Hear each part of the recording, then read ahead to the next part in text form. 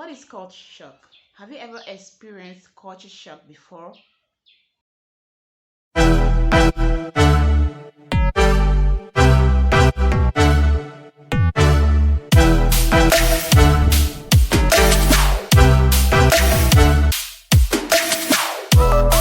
Welcome back to my channel. In today's video, I'm going to be sharing the screen with my friend Grace Wanjiku.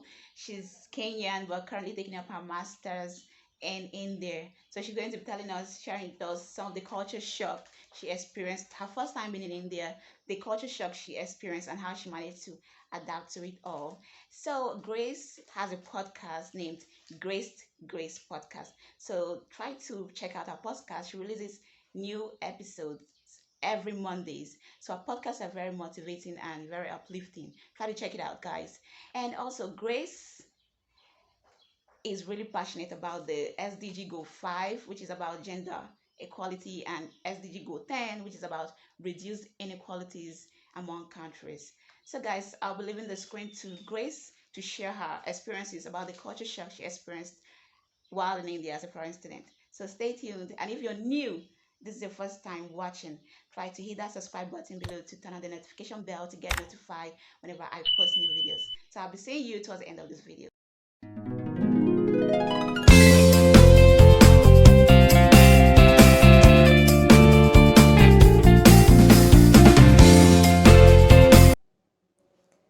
Hi guys, my name is Grace Wanjiku. I'm a Kenyan by birth, and in today's video, we'll be talking about culture shock. So, I don't know, I feel like culture shock is anything that you experience out of the norm you're used to. Yeah, mostly when you move to a new area, new location. Yeah, so let's get into it. So, I'll categorize the culture shocks I got over time into 4 and maybe add an additional one. Let's see. But yeah, background story is that I went to study in India in 2017 and stayed there for 3 years. Let's say 4 because of COVID-19, Yeah, so let's say 4 years. And during my stay there, it was pleasant, definitely. It was interesting, it was enjoyable, everything, name it. But initially, it was a bit of a strain. But the thing is, I feel like I'm so welcoming to change, depending on what kind of change. But this one, because I really wanted to go to another country, it was just okay. I would go through the emotions, I would go through everything. So the first thing that I would like to talk about is food. We all like food. We all love food. Let me use the word love. And coming from a place where I couldn't eat chili at all. Like I have this reaction on my tongue when I eat chili. But when I went there, everything, it's spicy. It's hot. And it was a bit tough for me to adjust. But the good thing was the hostel we stayed, we could cook food by own, like on our own, and cook whatever you want. So I'll cook depending on, I'll measure the spices on how I really wanted them to be. And the challenge came in when we had to go and eat food like out, like in the restaurant or something, like order in. It was tough because the food there is chili, like it's spicy. You can't tell them like reduce. Even if you tell them to reduce, it will be hot for you because you're not used to chili. But over time, I came to really adjust. And now, funny thing is, now I can't eat food without chili. I know things change. Change is inevitable. The other thing I'll talk about is the dress code. It was something not so strange because it was something that I expected to face.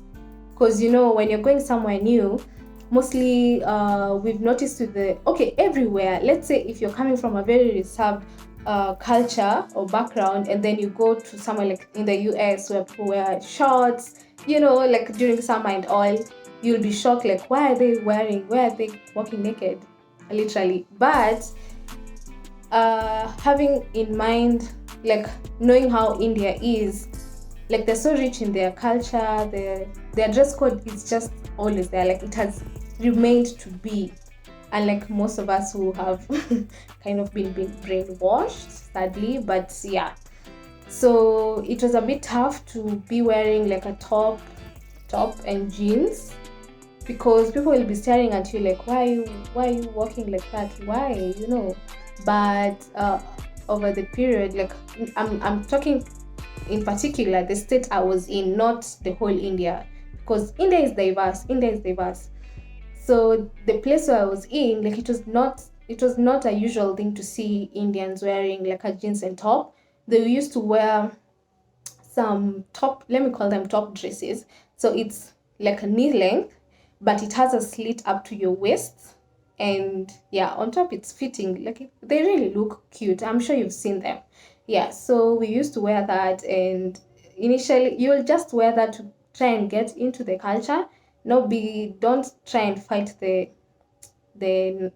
normal thing, like the system, but also we'll still wear our jeans and top. So depending on how you feel like you'll wear. But it was so rare to find us wearing dresses, mostly short dresses or tight.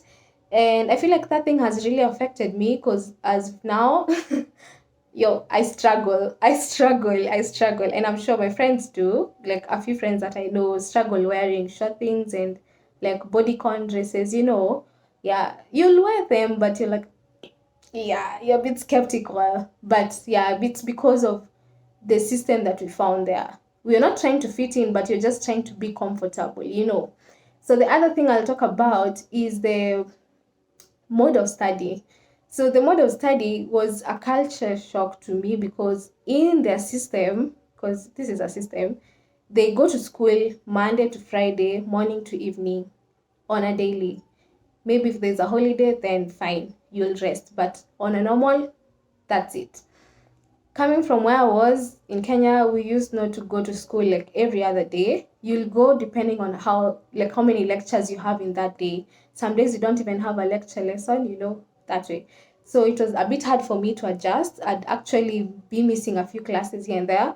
And sometimes I would even get bad headaches. I won't call them migraines, but like bad headaches, because it was not something that I was used to, you know and it was strange. Yeah, but to be honest, I think I got used to it. And you can't really fight the system always. You can never fight the system. Yeah, I got used to it, and I feel like with time I really got okay with it, actually. Yeah. So the other thing is language. Language. Oh my god, the good thing with me is I was ready to learn a new language, but I found it a bit challenging, because the state I was in, that's the toughest language in India. That's the toughest. So you'll even find another Indian from another state, they don't really understand, they can't speak the language. So who are you, who's never been here, and then you're coming to learn a language? It was tough. And let me just make it clear that Hindi is not like the national language. It's a language there, but it's not the national language. So not everyone speaks Hindi. So every state has their own language. And the state I was in, they spoke in Malayalam. Yo, it was tough. It was tough because if you want to buy vegetables, sometimes even in school, you won't even understand like what the lecturer is saying and all. If you're buying something, it was tough. You would have to carry your phone and show pictures like, this is what I want. But I feel like when I went there, we found a few students who were there, and they were really helpful in navigating the language system thing. So it wasn't that tough, but it was tough. Yeah. And over time, you have to learn a few things, just saying hi, asking for water, because when you're traveling in trains, you have to ask for water. And with the train system, you have to know different languages. So it's best the language and then Hindi. So for Hindi, it's interesting, but for me, I found it tough because it wasn't spoken near me, and I will just know to ask about water and definitely namaste. Yeah.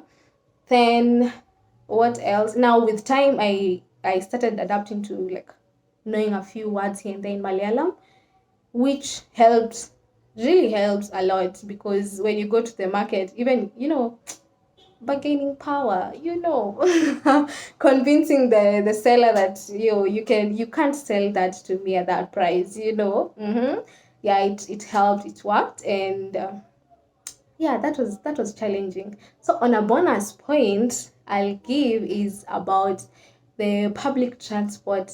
Let me call it public transport diaries. It's a whole lot of stories, but I'll summarize it all. So in India, because of, yeah, like some issues there, I know I don't want to mention that, but like with the ladies in my state, but I've also seen it in a few other states. The ladies sit in front, like in the bus. So this is the bus. The front part, the ladies sit there. The back side, the gents sit there. And there are two entry doors. Will I call them doors? Yeah, doors. So for the ladies' side and the gents' side, yeah, the front and the back. And normally, population, women are many than men. So what do you expect? I'm a lady. The place is already full. And when the bus is full, people stand. Like, who has time to be waiting for another bus and you're rushing? So you stand. Yeah. So you'll find that the place is so crowded. And coming from a place where standing is illegal, if you're found standing in a bus, you're arrested. Then you're telling me that here standing is legal. How? How am I supposed to stand? Yeah. So we'll end up sitting behind where there's empty seats, but then it's not safe because the guys are there. And yeah, it was tough. But the fact that I feel like being black, it's where it it comes in handy, because they'll be like, okay, they'll be looking at you like, hey, you have the audacity, eh. Anyways, yeah, you won't really get harassed, but if you hear stories from your fellow friends who are Indians, you're like, no, no, don't sit there because blah blah blah, like someone will just come and harass you.